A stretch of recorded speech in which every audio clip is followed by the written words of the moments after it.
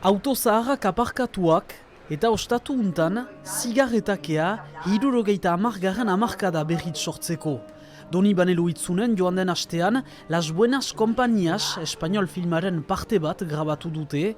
Film luzeunek guti ezagutua den errenteriako emazte talde baten istorioa aipatzen du, garai hartan talde honek abortatu nahi zuten neska gazteak laguntzen zituen iparraldera joaiten.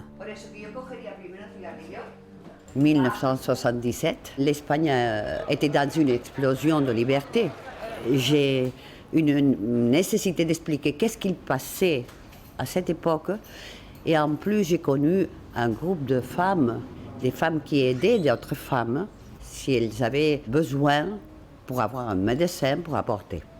Filman, Espainian ezagunak diren aktore gazte batzuek parte hartzen dute, bai eta Itziar Ituño, La Casa de Papel telesailako aktore euskaldunak, 6 aste pasa dituzte orotara grabaketaren zat.